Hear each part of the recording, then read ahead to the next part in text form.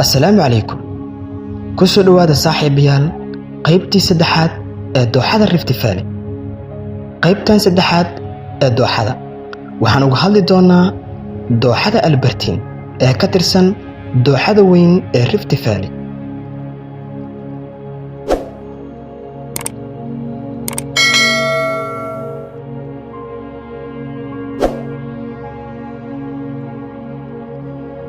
Albertine Rift waa laanta galbeed ee bariga Afrika oo ka kooban qaybo ka mid ah Uganda, Jamhuuriyadda Dimuqraadiga ee Congo, Rwanda, Burundi, dalka Ethiopia iyo sidoo kale dalka Tanzania.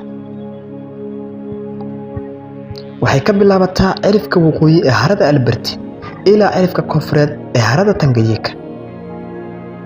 ereygan juqraafi ahaan wuxuu tilmaamayaa dooxada iyo buuraha ku xeeran.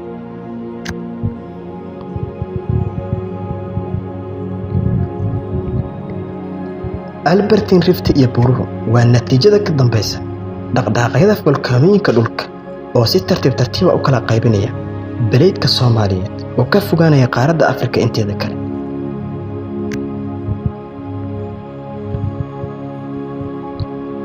buuraha ku xeeran dildilaaca ayaa ka kooban dhagxaanta hoose ee Breckenbarianka oo kor u qaadmaya, kuwaas ay ku dahaaran yihiin qaybo ay dhawaan volkaanooyinku sameeyeen. harooyinka iyo webiyada qaybta waqooyi ee dildilaaca waxaa ka gudba laba saf oo waaweyn oo buuraley ah. buuraha Rwenzori ee u dhaxeeya harada Albert iyo harada Rutanzega oo horey u ahaan jirtay harada Edward, iyo buuraha Firinguwa ee u dhaxeeya harada Rutanzega iyo harada Kivu.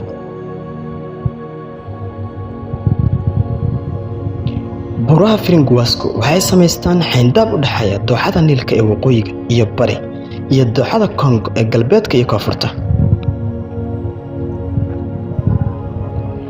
haradan Rutanzega waxaa quudiya dhowr webi oo waaweyn. webiga Rutshuru ayaana ka mid ah, wuxuuna ka soo qulqulaa dhanka waqooyi isaga oo sii mara webiga Semlek ee gala harada Albert.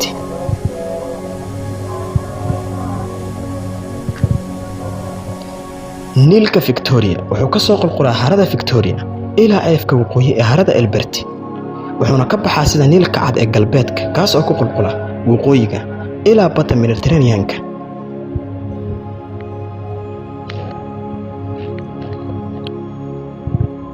koonfurta Firinguwa harada Kivu waxay ka soo baxdaa dhanka koonfureed ilaa harada Tanganyika iyada oo sii marta webiga Rusizi.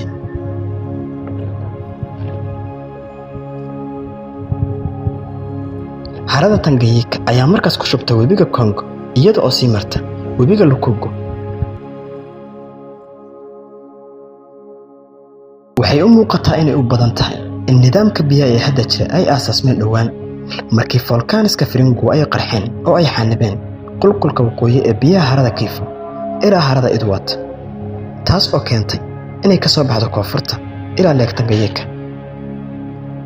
intaa ka hor harada Tanganyika ama biyo hoosaadyada kala duwan ee ku yaala waxa hadda loo yaqaan harada waxaa laga yaabaa inaysan lahayn meel ka baxsan oo mibaxa biyaha.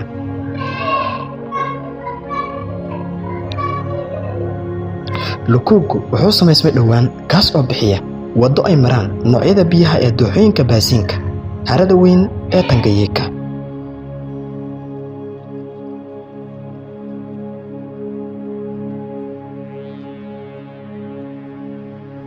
laga soo bilaabo waqooyiga ilaa koonfurta buuraha waxaa ka mid ah Lendo Plateau, buuraha Rwenzori, buuraha Firinguwa iyo buuraha Itombe. buuraha Rwenzori waxaa sidoo kale loo yaqaanaa Mountains of the Moon ama buurihii dayaxa. baaxaddu waxay dabooshaa aag dhan 120 kiiloomitir oo dherer ah, 65 kiiloomitir oo ballac ah. qiyaastan waxaa ku jira buurta Stanley oo gaarayso 5119 mitir oo dherer ah. buuraha Firinguwa ee ku teedsan xuduudka u dhaxeeya Rwanda iyo DRC ayaa ka kooban 8 volkaanooyin ah.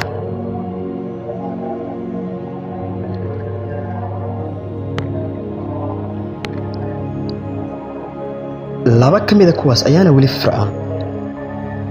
buuraha go'doonsan ee dhanka koonfureed ka xiga waxaa ka mid ah buurta Bururu ee koonfurta Burundi buuraha Mahele ee galbeedka Tansaaniya, buurta Kabob iyo buuraha Mulungu ee DRC Congo ee xeebaha harada Tanganyika.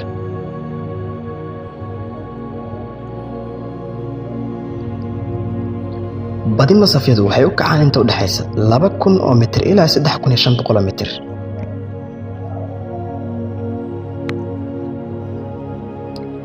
kaymaha iyo dooxada Albertine Rift waa gobolo deegaan aad u muhiim ah.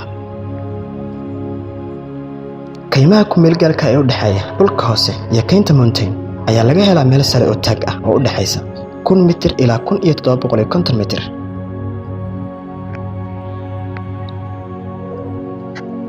Albertine Rift waxay dabooshaa dhul aad u baaxad weyn. waa dhul cawsaad jawigiisu degan yahay kaasoo u dhow buuraha dalka Itoobiya. sidoo kale waa mid ay deegaansadaan duurjoog kala duwan.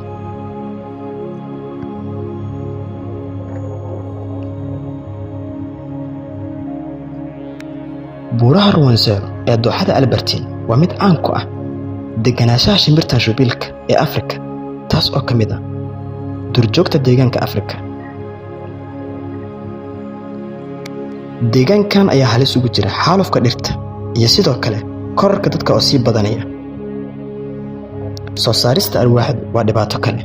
sidoo kale qodista dahabka farsamada gacanta waa mid ka mid ah dhibaatooyinka dooxada Albertine ee dalka Itoobiya.